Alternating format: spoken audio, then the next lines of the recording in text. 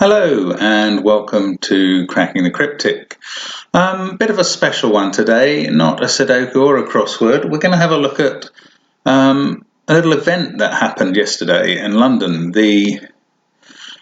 A green plaque was unveiled in the city of Westminster by the Queen, I think, which, as you can see from the plaque itself, was to commemorate the first home of GCHQ.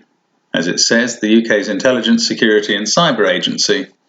It's now based in Cheltenham, but its first home was in central London, and this plaque commemorates that. It says at the bottom, GCHQ centenary. It was opened in 1919.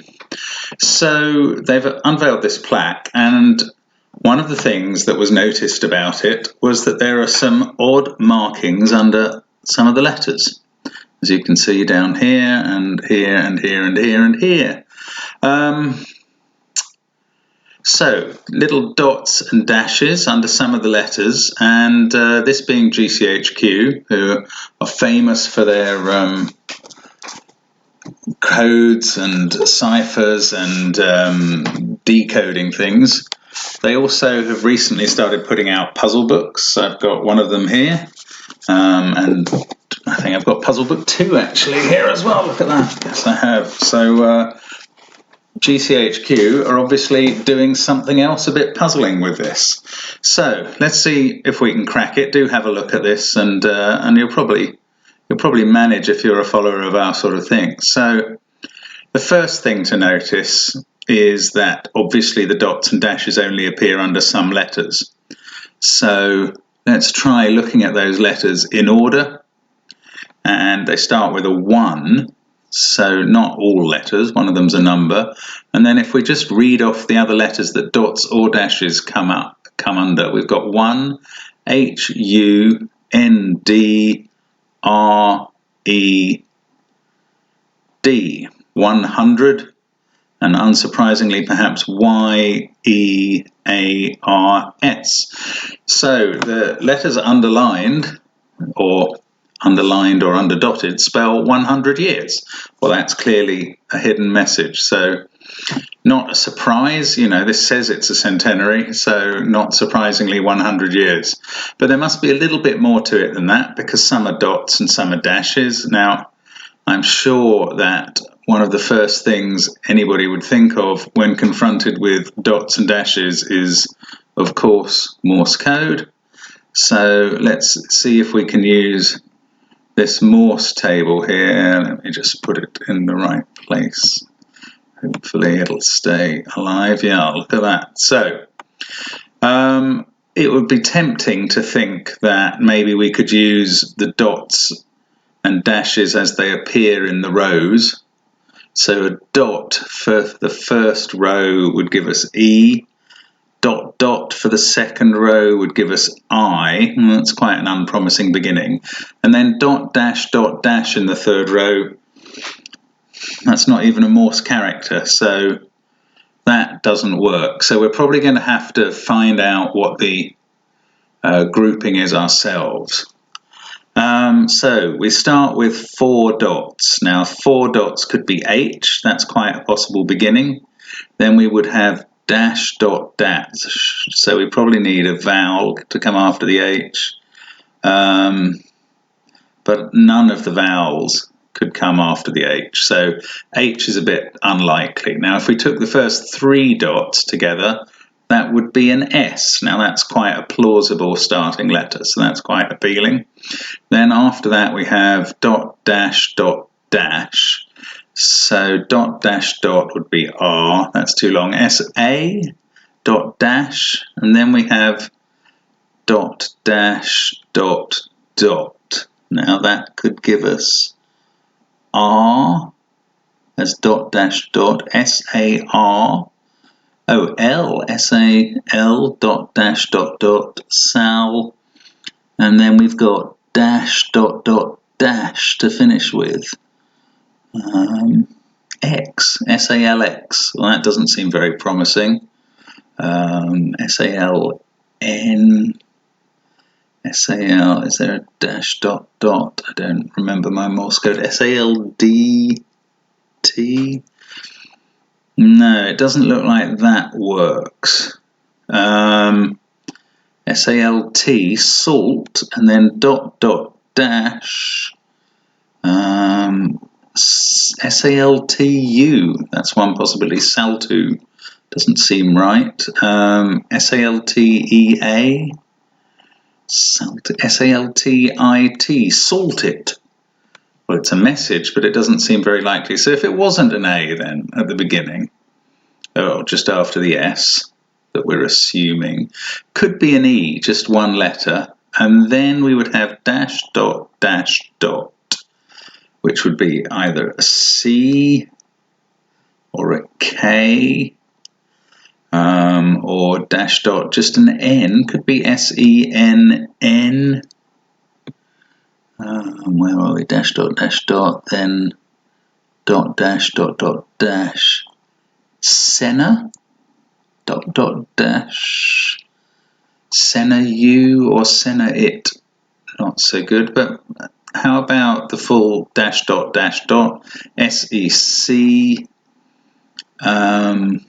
dash dot dash, no, sorry, dot dash dot after that. Could be R or L, SECLT, SECR A, secra, or SECRET, secret. Well, that's a very plausible word. So I think what they've come up with here is kind of coding 100 years in a secret way. So those seem to be two messages formed from this plaque. And, it took a little bit of working out how the Morse fitted together. I don't think there are any further clues to break that up.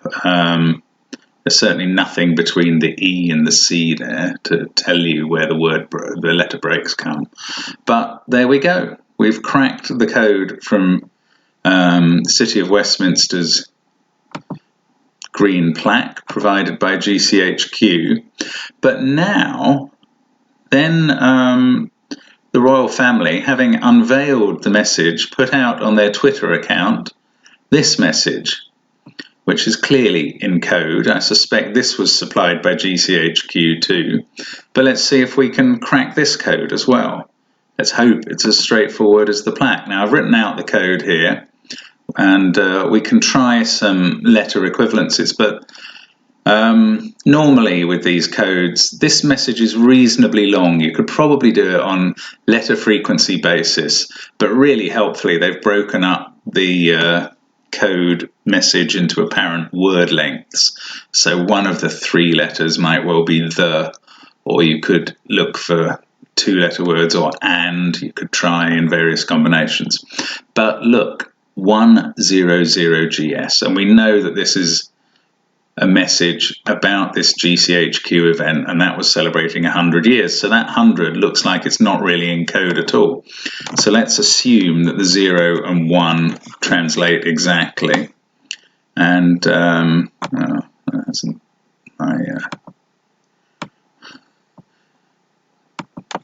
hasn't worked there. So let's just put in the 100. So we think that's right. Now, what would follow 100? Well, maybe 100th would be a very natural thing. So if G becomes T and S becomes H, and look, I've set it up so it fills in the rest of the message for us here. I should probably do this in capitals. Sorry. There we go. So we would have a word beginning with H. H there, T there, that could be it or at. Now, as always, a word beginning TH here, that's plausible, so this is looking quite possible. Now, here's a two-letter word beginning with T. Well, that's got to be to, I think, so we'll try an O there. And as always, the way to go about this is to kind of seize on words that you can now complete. Now look up here, H something, repeated letter O, Well, a message could easily begin with hello. I think that's a lot more plausible than hippo, say. So we'll try that being hello, and V becoming E gives us quite a lot of equivalences, O becoming L. And now we've got hello, something, something, H, something, to B, to me. Ooh, look at this, something L in this long word. Well, let's try to B. So we'll make Y become B.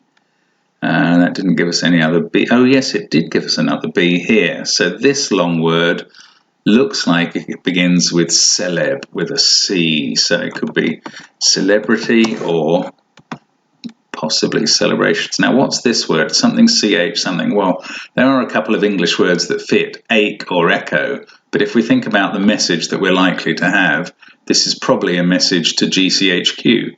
Hello, GCHQ. So if that's right, we get J becoming Q, T becoming G. This can't be greet here because the V would have to be repeated, so it could be great. So I think that's likely. I becoming R, Z becoming A. Hello, GCHQ. It was great to be part of your, I imagine.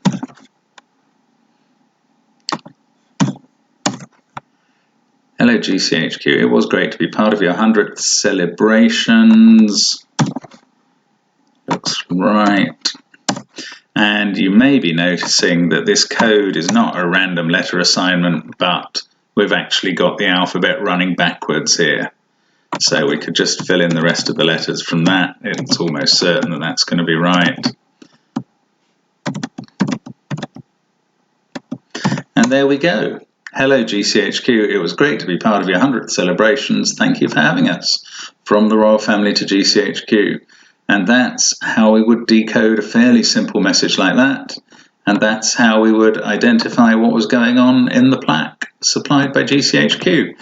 Simple little exercise in breaking into some puzzles. What a fun plaque for them to put up. Thanks very much to GCHQ and to the papers for reporting this. I hope that was of some interest to you, especially if you hadn't decoded the plaque yourself, but congratulations if you did. And I hope there's no more hidden messages there. It's not impossible. There's a bit of further steganography, but I doubt it. So thanks for watching and hope to see you again on Cracking the Cryptic. Bye for now.